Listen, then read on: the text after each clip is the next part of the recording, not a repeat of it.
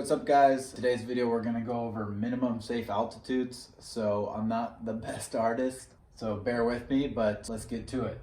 So first I want to tell you what I have drawn here, what these actually are, and then give you some vocabulary that you're gonna see in the FARs that you have to understand in order to comprehend what they mean. So first you're gonna have congested areas.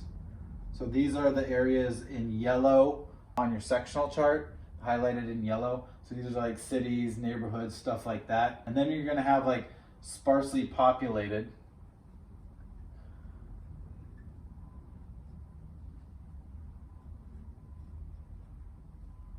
Hopefully I spelled that right. Sparsely is kind of a weird word. So that's, you know, that's gonna be out in the rural country where you're either gonna have just land, no cities or anything like that, or if there is a house, it's, you know, one house every large amount of acreage. And then you're gonna have open air congregation of people. Open air congregation.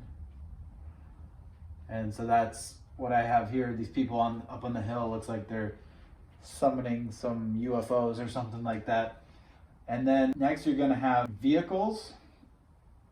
So that would be like a car, a vessel, which could be, you know, like a boat at the side of a car, or like a boat out here, boat, vessel, or, you know, like storage containers, some type of vessel like that. Okay, so then you're gonna have structure, which would be like a home. And then you're gonna have person or people. Okay, and then you're gonna have property, which would be, you know, property would be, you know, the car, the house. Let's say there's a, I don't know, a swing set or something like that. You know, we have property. Okay, so those are the kind of definitions you're going to need to know. And the first rule is that you have to fly at an altitude such that in the case of an engine failure, so let's say your engine's on fire there. So in the case where you have to make an emergency landing, doesn't have to be engine failure, but any emergency landing, you have to be able to come down and land. Let's say you land right here without any undue hazard to property or persons on the ground. So you want to be able, you want to be at an altitude, you have to be at an altitude at all times, no matter where you are, such that you can come down and land and not provide any hazard or damage to any people or property. Okay, so that's number one.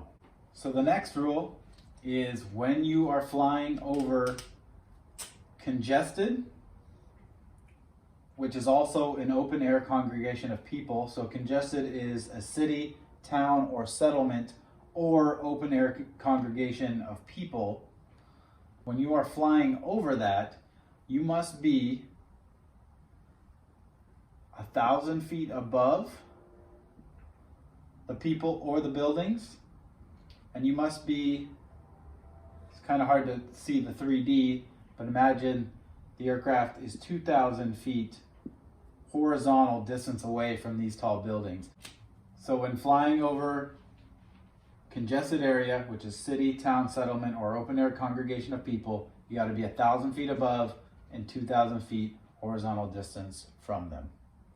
Okay, and the third and final rule says you may not fly lower than 500 feet above the ground unless you are in sparsely populated or over open water. Okay, so we have open water. But then it adds that in those cases, so when you're flying in sparsely populated or over open water, you may not fly 500 feet in any direction from any person, vehicle, vessel, structure, or property. So this guy here, this is 500 feet. If he's over sparsely populated and he's 500 feet, he's more than 500 feet away from all these vehicle structures and property and no people, He's in sparsely populated. He can fly below 500 feet. This guy up here, he's over a boat or vessel, so he must be 500 feet at least away from that boat or vessel, even though he's over open water. And then finally this guy, he's more than 500. He's more than 500 feet away from this boat or vessel. So he can fly less than 500 feet above the open water, because nowhere within 500 feet of him is a boat or vessel or a vehicle or structure or property or persons. Okay, same thing with this guy. This guy can fly less than 500 feet because he's in sparsely populated and he's not within 500 feet of any of these things. So those are the minimum altitudes. So these are like the absolute minimum altitudes, no matter what aircraft you're flying in. If you are flying VFR, right, depending on your airspace, you are then going to need those VFR cloud minimums. And so the ceilings might dictate which altitudes you'll fly in, plus to add to these. But these are the minimum altitudes that you're required to fly per the FAA.